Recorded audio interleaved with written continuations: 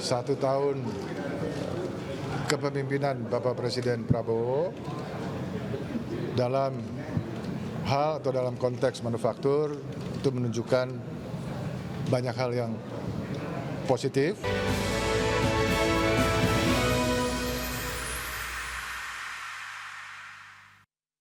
Kementerian Perindustrian mencatat kinerja positif dalam 1 tahun kepemimpinan Presiden Prabowo Subianto di sektor industri. Sejumlah capaian dalam 1 tahun fokus utamanya mengenai penguatan sektor industri nasional. Berdasarkan laporan kinerja Menteri Perindustrian Agus Gumiwang Kartasasmita mencatat sektor industri pengolahan non-migas atau IPNM tumbuh 4,94% secara tahunan. Dalam periode triwulan 4 2024 hingga triwulan 2 tahun 2025, kontribusi terhadap PDB nasional tercatat sebesar 17,24%. Selain itu, nilai ekspor sektor industri pengolahan non-migas mencapai 202,9 miliar dolar Amerika atau sekitar 78,75% dari total ekspor nasional. Sementara investasi di sektor manufaktur mencapai 568,4 triliun rupiah.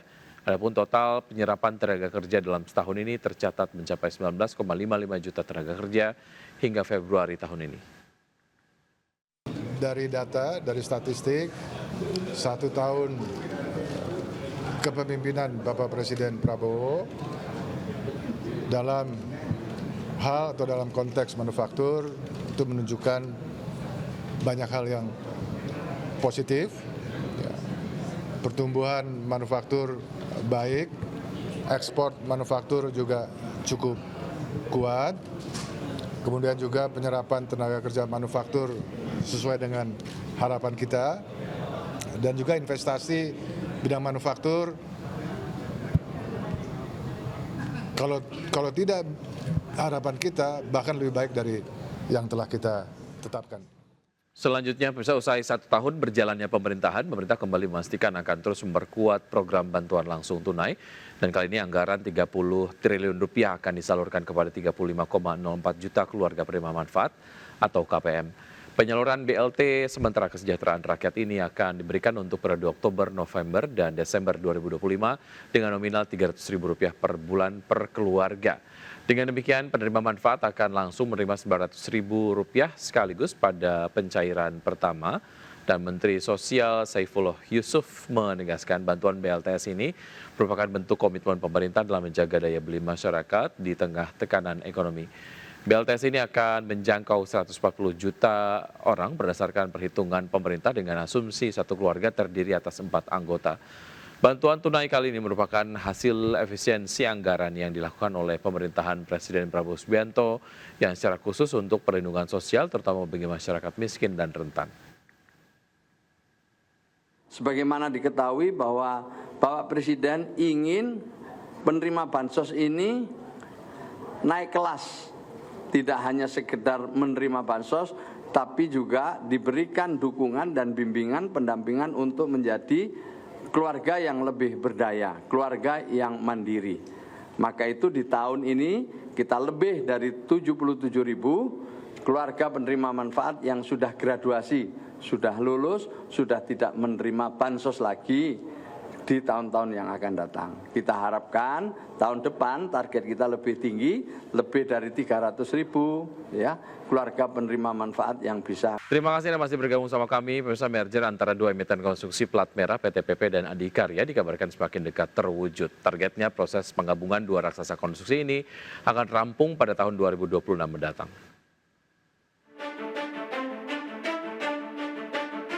Merger antara 2 emiten konstruksi plat merah PT PP dan Adikarya dikabarkan semakin dekat terwujud. Targetnya proses penggabungan 2 raksasa konstruksi ini bakal rampung pada tahun 2026 mendatang.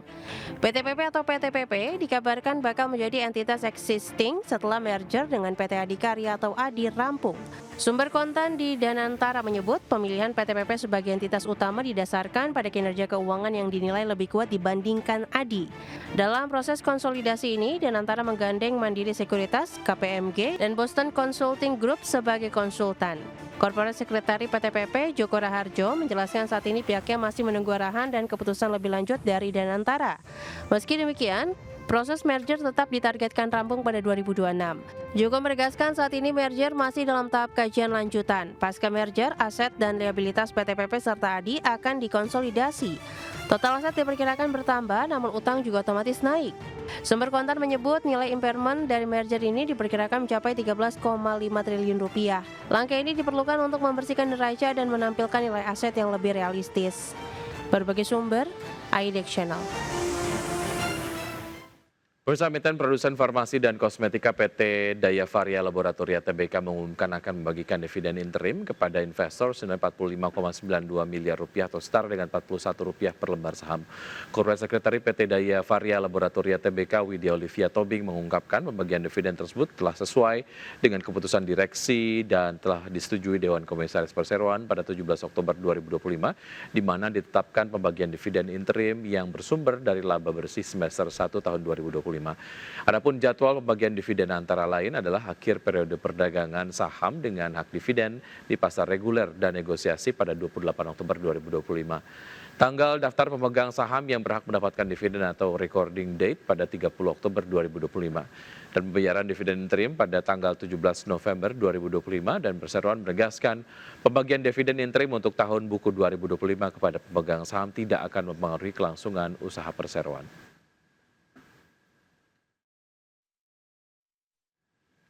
PT Barito Renewable Energy Tbk melalui anak usahanya resmi memulai pengeboran sumber eksplorasi pertama di wilayah Hamiding, Maluku Utara. Manajemen Perseroan menyatakan pengeboran sumber eksplorasi ini menjadi langkah awal untuk membuktikan adanya reservoir panas bumi yang dapat dikembangkan menjadi listrik di unit pembangkitan. PT Barito Renewable Energy Tbk melalui anak usahanya yakni PT Star Energy Geothermal Indonesia resmi memulai pengeboran sumur eksplorasi pertama di wilayah Hamiding, Kabupaten Halmahera Utara, Provinsi Maluku Utara. Adapun saat ini total kapasitas terpasang pembangkit listrik geothermal di anak usaha sebesar 910,3 MW. Sementara itu, Hamiding diproyeksi memiliki potensi sumber daya panas bumi sekitar 275 sampai 550 MW. CEO Barito Renewables, Hendra Suciptotan mengatakan, pengeboran sumur eksplorasi pertama ini menjadi langkah awal untuk membuktikan adanya reservoir panas bumi yang dapat dikembangkan menjadi listrik di unit pembangkitan. Rencana tahap awal pengembangan pembangkitan listrik dari panas bumi ini mencapai 50 MW dari target 300 MW kapasitas terpasang yang akan berkontribusi terhadap upaya bauran energi nasional dan transisi menuju energi bersih.